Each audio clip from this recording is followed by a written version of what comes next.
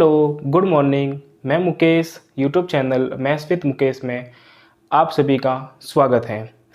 आज अपन अपनी एक नई सीरीज चालू करने जा रहे हैं जो कि स्पेशल 9th और 10th के स्टूडेंट्स के लिए होगा।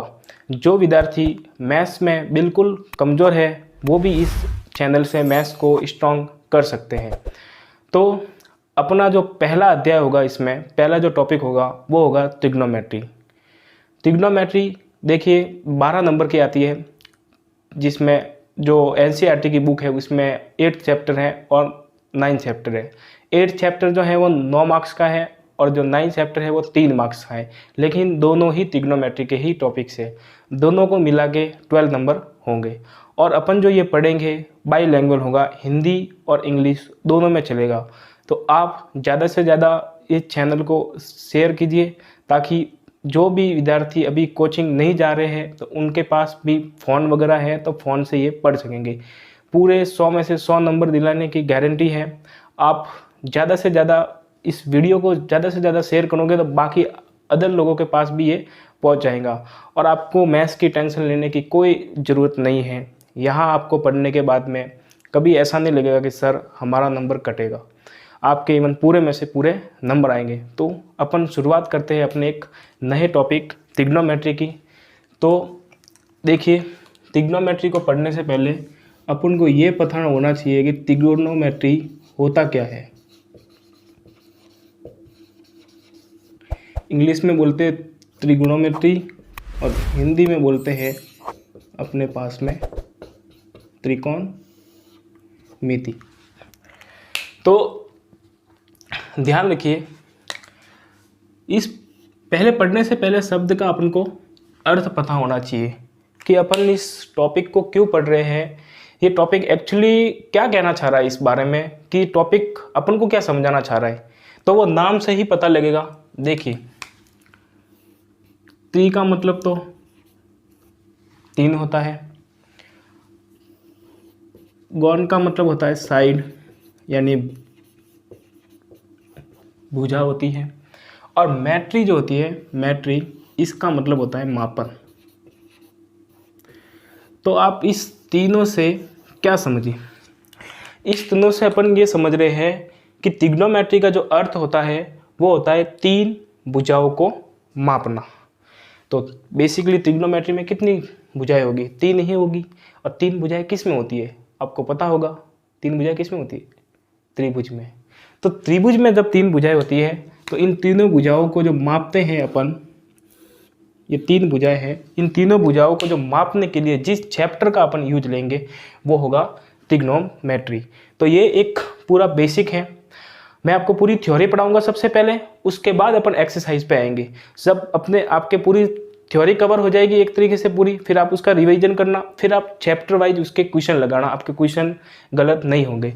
तो ट्रिग्नोमेट्री का बेसिक अर्थ क्या होता है? 3 भुजाओं को मापना। ठीक है। अब अपन कि सर ट्रिग्नोमेट्री का ये अर्थ तो होता है, लेकिन इसका यूज कहाँ होता है ये भी मैं आपको बता देता हूँ। जैसे मान लो आप कहीं गए, दिल्ली गए, मान लो दिल्ली गए और आपने लाल किला देखा। ठीक है। अब लाल किला तो ऊपर है भाई, ऊंचा है, आपसे तो ऊपर ही है ना, कि आपका हाइट का है, आपसे तो इवन ऊपर ही है।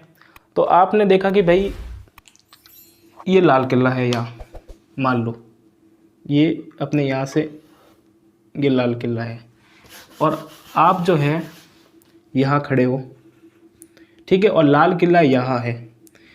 अब आप सोच रहे हो कि सर मुझे इस लाल किले की हाइट निकालनी है, तो कैसे निकालेंगे? तो सर अब मैं यहाँ पर स्केल लेके जाऊँगा, इसको फीते से माप तो सकता नहीं हूँ, इतना लंबा कौन जाएगा। तो आपने क्या किया कि ये वाली लेंथ आपको पता थी, ये वाली लेंथ जो है मान लो आपके 10 मीटर थी। आप लाल किले से 10 मीटर की डिस्टेंस पर खड़े थे। तो आपने क्या किया, आपने यहाँ से देखा, यहाँ से यहाँ तक देखा, तो यहाँ से यहाँ तक एक सीधी दूरी बनी, इस सीधी दूरी बनी, कौन सी क्या बनी? एक सीधी लेंथ, स्ट्रेट लाइन बनी। तो जब आपने यहाँ से देखा तो आपका यहाँ से एक एंगल बनेगा, आपकी ये आँख हो गई यहाँ से, ये आपकी आई है, ठीक है। इस आग से देखो ना, ऐसे जैसे मैंने मान लो लाल किले को देख रहा हूँ, तो वहाँ से मेरी सीधी दूरी और वहाँ से लाल किले की जो बेस है वहाँ से वहाँ तक की दूरी और जो लाल किले की हाइट, तो आपने यहाँ से देखा ये थीटा, और जो स्ट्रेट लाइन पर बन रही है वो कौन सा बना सर, ये 90 डिग्री बना। तो इस थीटा 90 डिग्री और इसकी कितनी साइडें हो गई, 1 2 और 3, तो इन तीनों साइड का मापन किससे किया जाएगा, त्रिग्नोमेट्री से। अब त्रिग्नोमेट्री से मापन तो चलो कर लेंगे, लेकिन करेंगे कैसे, तो जो त्रिग्नोमेट्री में इन्होंने क्या किया, 6 रेशियो दिए अपने को। कौन कौन से रेशियो दिए, 6। पहला दिया इन्होंने साइन, फिर दिया कॉस, फिर दिया टेन, फिर कॉट, फिर सेक, फिर कोसेक। अब ये तो इन्होंने रेशियो दिया है।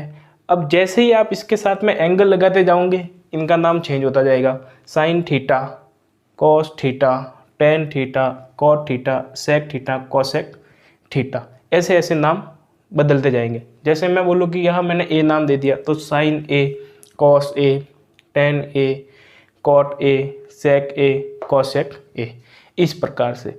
तो जो साइन ना इसने नाम दिया था वो भी मैं आपको फॉर्मूले सिखाऊंगा कि जो 6 के 6 इस रेशो हैं इसके क्या क्या फॉर्मूले होंगे। साइन का जो दिया था वो लंब बटे कर्ण, यानी कि परपेंडिकुलर अपॉन हाइपोटेनियस, तो ये परपेंडिकुलर, ये हाइपोटेनियस, ठीक है। और अपन को थीटा दिया हुआ होगा, मान लो कि थीटा 45 डिग्री है, तो अपन डायरेक्ट से ये निकाल सकते हैं। तो त्रिग्नोमेट्री का यूज, मान लो आकाश में कोई एरोप्लेन उड़ रहा है, अपन उस एरोप्लेन को देख रहे हैं, तो अपन ने मन में तो आया होगा ना कि ये एरोप्लेन कितना दूर उड़ रहा है, कितनी ऊंचाई पे उड़ रहा है, तो वो कैसे ज्ञात करेंगे, वो अपन त्रिग्नोमेट्री से ही ज्ञात कर सकते हैं। अब क्या घर से फीता लेके जाओगे क्या कि हाँ सर इतना लंबा फीता दिखते हैं वो उड़ रहा है ऊपर, ऐसा तो होगा नहीं।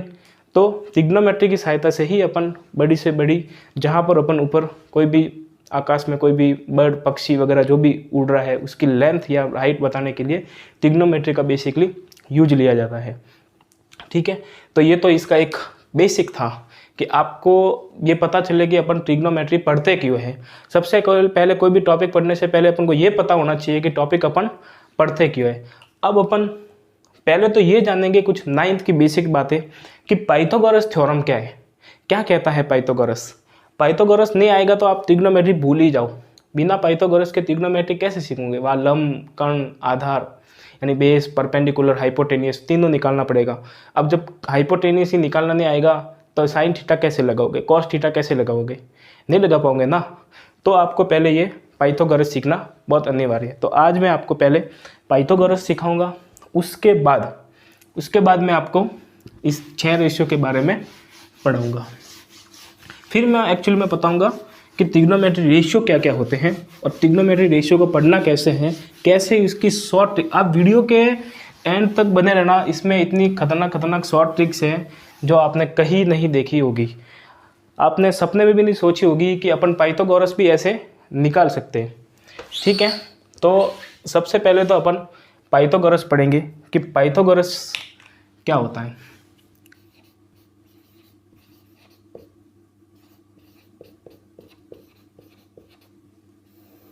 पाइथागोरस प्रमेय, जिसको बोधायन भी बोलते हैं। देखिए पाइथागोरस के लिए अपन को सबसे पहले राइट एंगल ट्राइंगल की जरूरत पड़ेगी। किसकी, राइट एंगल ट्राइंगल की। राइट एंगल ट्राइंगल क्या होता है, जिसमें एक कोण कितने डिग्री का हो, 90 डिग्री का, ठीक है। तो ये कितने डिग्री, ये 90 डिग्री है। मैंने इसका नाम दे दिया ए, ये बी, ये सी। अब ये वाला मान लो थीटा है, ठीक है। तो आपको क्या याद रखना है, जहाँ पर 90 डिग्री और थीटा दोनों जिस भुजा पर, जिस साइड पर बन रहे हैं वो तो होगा बेस, ठीक है। क्या बताया मैंने, 90 डिग्री और थीटा दोनों जिस भुजा पर बन रहे हैं वो क्या होगा, अपना बेस।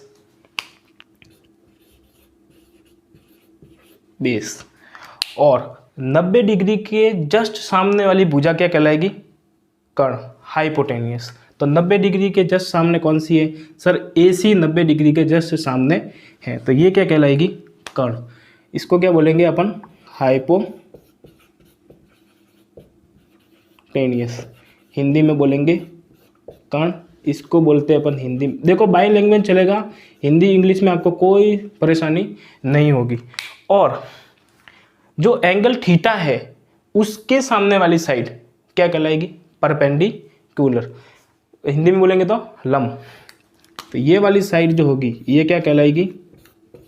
परपेंडिकुलर, लंब कहलाएगी। ये क्या कहलाएगी? लंब। क्या बताया मैंने? 90 डिग्री और थीटा जहाँ पर भी बन रहे हैं, जिस साइड पर बन रहे हैं वो वाली बेस कहलाएगी, और 90 डिग्री के सामने वाली भुजा कर्ण कहलाएगी हाइपोटेनियस, और थीटा के सामने वाली भुजा परपेंडिकुलर कहलाएगी। ठीक है, आपको एक नोट याद रखना है, ये लिख देना, नोट में बता रहा हूँ आपको। ठीक है, तो कर्ण होता है हाइपोटेनियस, वो सबसे बड़ी भुजा होती है।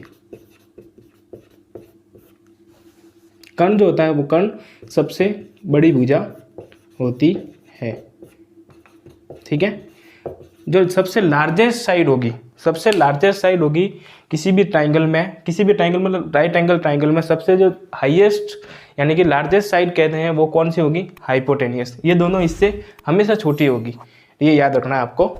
ठीक है, अब ये आपको नोट याद रखना है। अब किसी के दिमाग में सवाल बन रहा होगा कि सर अगर ये थीटा यहाँ ले ले तो क्या परपेंडिकुलर और बेस चेंज हो गए?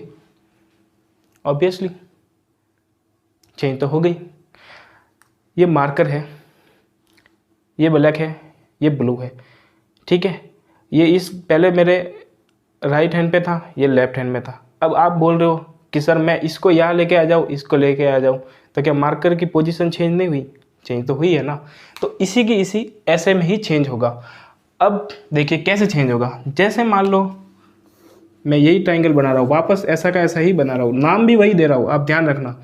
इसका नाम ए था, इसका नाम बी था, इसका नाम सी था, वैसा का वैसा ही बना रहा हूँ। मैं 90 डिग्री यही बना रहा हूँ, लेकिन मैं जब थीटा की पोजीशन को चेंज कर देता हूँ, ये मैंने मान लिया थीटा की पोजीशन चेंज की, मैं बहुत ही आराम से पढ़ रहा हूँ, अपने कोई जल्दबाजी नहीं है। मेरा मकसद यही है कि आपको पूरे अच्छे तरीके से समझ में आना चाहिए। मैं यहाँ घास काट दूंगा फास्ट पढ़ा के, जल्दी बोल लूँगा तो क्या मतलब निकलेगा। आप आराम से पढ़िए, वीडियो को शांति से देखिए, कॉपी साथ में रखिए और नोट करते रहिए। जैसे ही मैं पूछूं आपके दिमाग में सवाल भी उठने चाहिए, आप सवाल बोलिए, मुझे सब सुनाई देता है।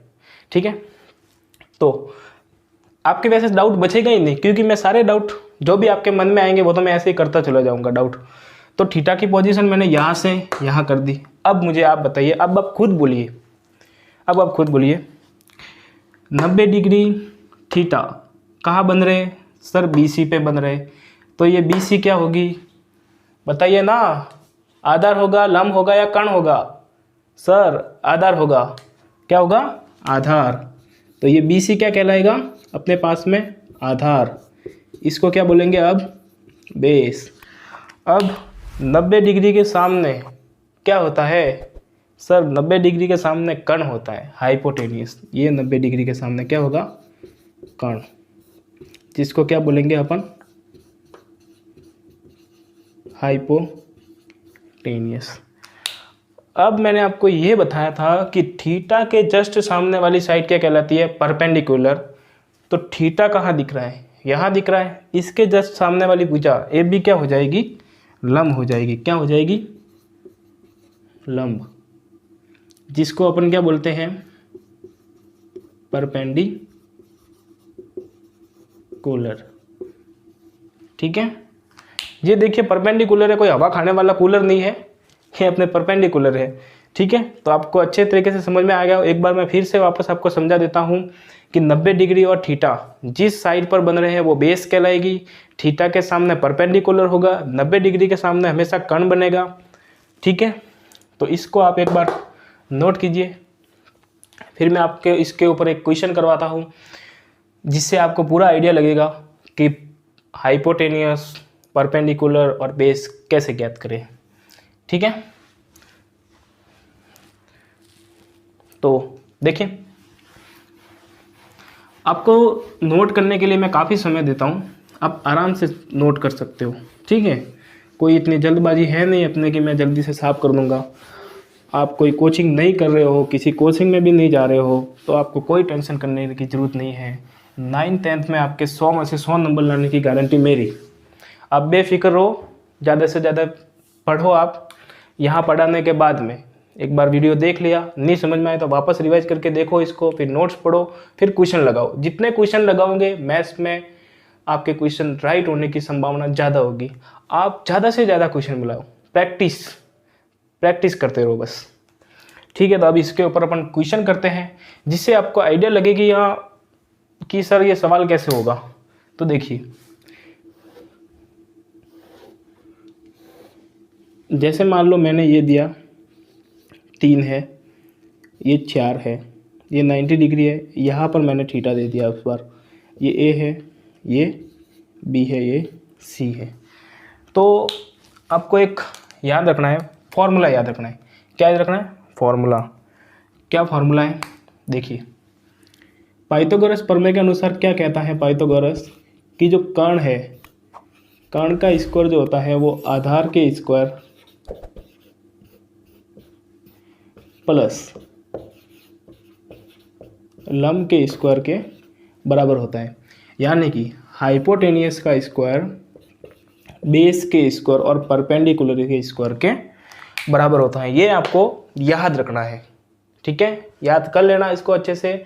यही याद करना वीडियो के साथ साथ में ही कि जो सबसे बड़ी भुजा का स्क्वायर होता है वो छोटी भुजाओं के स्क्वायर के सम के इक्वल होता है। क्या बताया मैंने? जो सबसे बड़ी भुजा कर्ण है, कर्ण का स्क्वायर छोटी भुजाओं के स्क्वायर के सम के इक्वल होगा, ठीक है। तो अब मुझे बताइए, यहाँ हाइपोटेनियस आपको कितना दिख रहा है? हाइपोटेनियस सर AC है। बेस कितना है बताइए? 90 डिग्री और थीटा कहाँ बन रहा है सर? BC पे। तो BC अपने क्या हुआ? बेस। तो बेस की जगह अपन क्या लिखेंगे? BC। Sir perpendicular, sir theta के सामने कौन दिख रहा है? Sir AB। तो AB अपने पास में परपेंडिकुलर हो गया। अब बताइए, AC अपन को ज्ञात करना है, तो AC को तो ऐसे ही रहने दो। BC की जगह अपन कितना लिख सकते हैं? 3 का स्क्वायर। फिर AB की जगह 4 का स्क्वायर। 3 का स्क्वायर कितना होता है सर? 9। 4 का स्क्वायर 16। 9 और 16 25। तो AC का स्क्वायर अपने पास में कितना है? 25। अब AC बराबर कितना लेंगे अपन? जब स्क्वायर हटता है किसी के ऊपर तो यहाँ क्या लगेगा? रूट। 25 किसका रूट होता है सर? ये 5 का। 5 माइनस भी आएगा, लेकिन त्रिभुज की साइड नेगेटिव नहीं ले जाती, इसलिए अपन हमेशा पॉजिटिव ले जाती है। इसलिए अपन आंसर में कौन सा लेंगे? हमेशा पॉजिटिव, ठीक है। तो ये इस प्रकार से ज्ञात करना है। आपके लिए एक होमवर्क है, आप ये करके आओगे। सर ये 6 है, ये 8 है, आपको ये बताना है। ये 90 डिग्री है, ये थीटा है, ये A, B और C। जल्दी से जल्दी करके बताइए, और अभी के अभी मुझे कमेंट बॉक्स में इसका आंसर बताइए कितना आएगा आंसर, ठीक है। फिर आपके लिए होमवर्क होगा एक और। सर ये 61 है, ये अपने पास में 60 है, तो इस बार ये ज्ञात करना है, बेस ज्ञात करना है। ये A, B और C, ये 90 डिग्री, ये थीटा है। तो आपको ये बताने हैं मुझे, कमेंट बॉक्स में बताने अभी के अभी। आप करिए, मुझे आंसर बताइए, मैं देख रहा हूँ सब, ठीक है। तो होप आपने इसका आंसर निकाल दिया होगा, ठीक है। और आप ये अगर गलत भी आ रहा है तो घर जाके इसको सही करना है, मैं यहाँ नहीं बताऊँगा, ठीक है। मैं यहाँ बताऊँगा तो देखिए वीडियो लंबा हो जाएगा, जो कि मैं नहीं चाहता कि वीडियो लंबा बने। खास बात ये है कि मैंने आपको ये तरीका बता दिया, अब इस तरीके में रख के ही आपको आंसर निकालना है। अब अपन जो है वो पढ़ेंगे अपने चैप्टर की ओर, तो इसको नोट कर दीजिए आप। चल, आपने नोट कर लिया होगा। देखिए, अब अपन वास्तव में जो है पाइथागोरस से पढ़ लिया है अपन ने, अब पढ़ते हैं ट्रिग्नोमेट्री। अब अपनी जो है एक्सरसाइज के हिसाब से ट्रिग्नोमेट्री स्टार्ट होने लगेगी, ठीक है। जैसा कि मैंने आपको बताया है,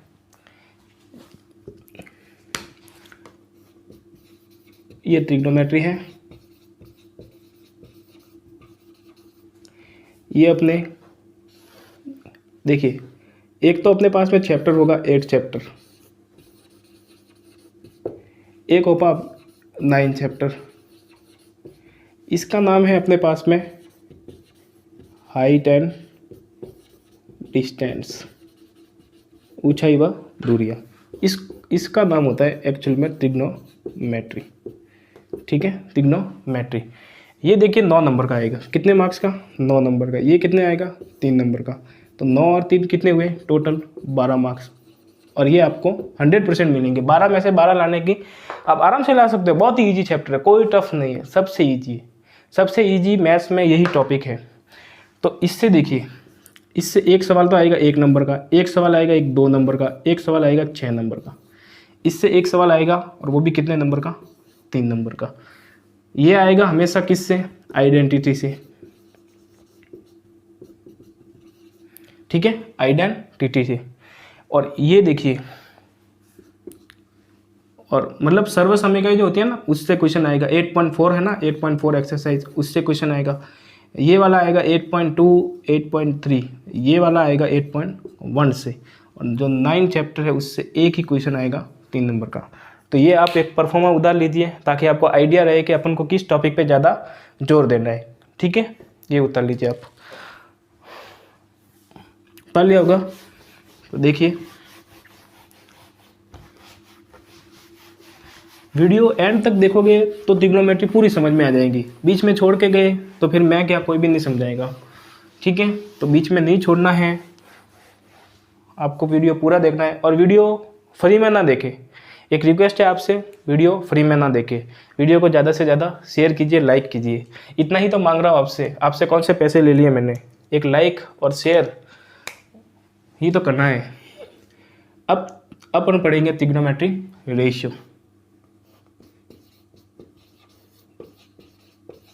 ट्रिग्नोमेट्री रेशियो, हिंदी में बोलते हैं त्रिकोणमिति अनुपात।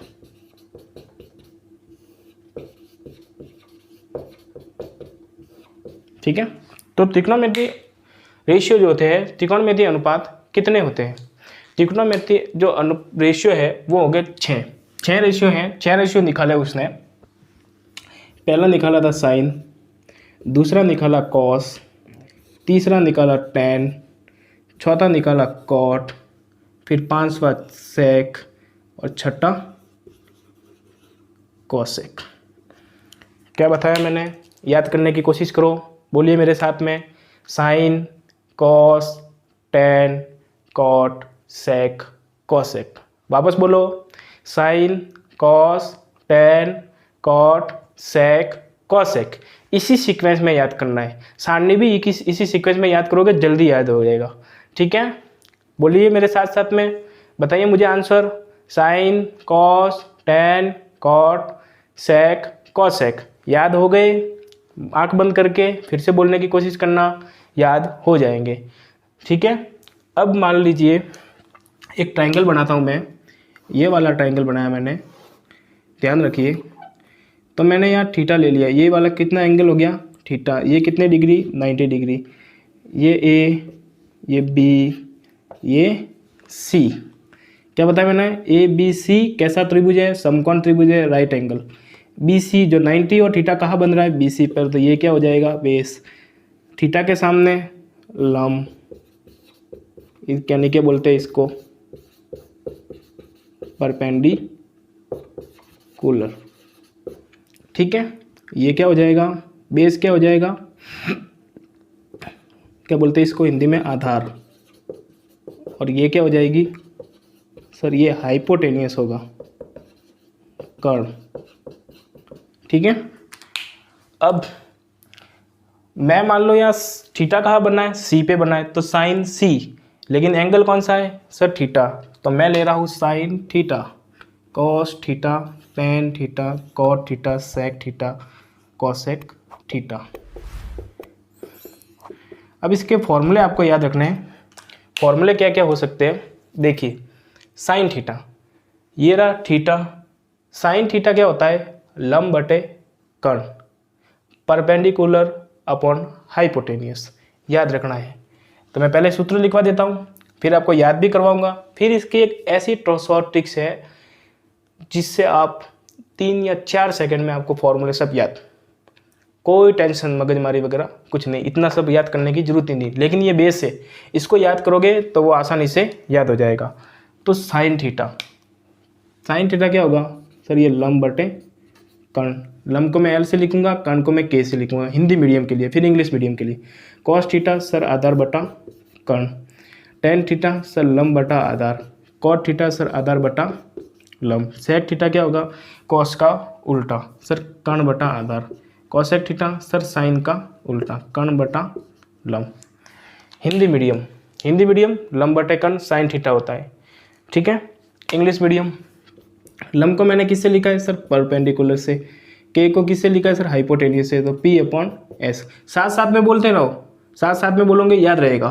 बोलिए मेरे साथ में, कॉस थीटा क्या होगा sir base upon hypotenuse, sir tan theta क्या होगा sir perpendicular upon base, sir cot theta क्या होगा sir base upon perpendicular, sec theta क्या होगा बताइए, इसका उल्टा करो hypotenuse upon base, cosec theta hypotenuse upon perpendicular.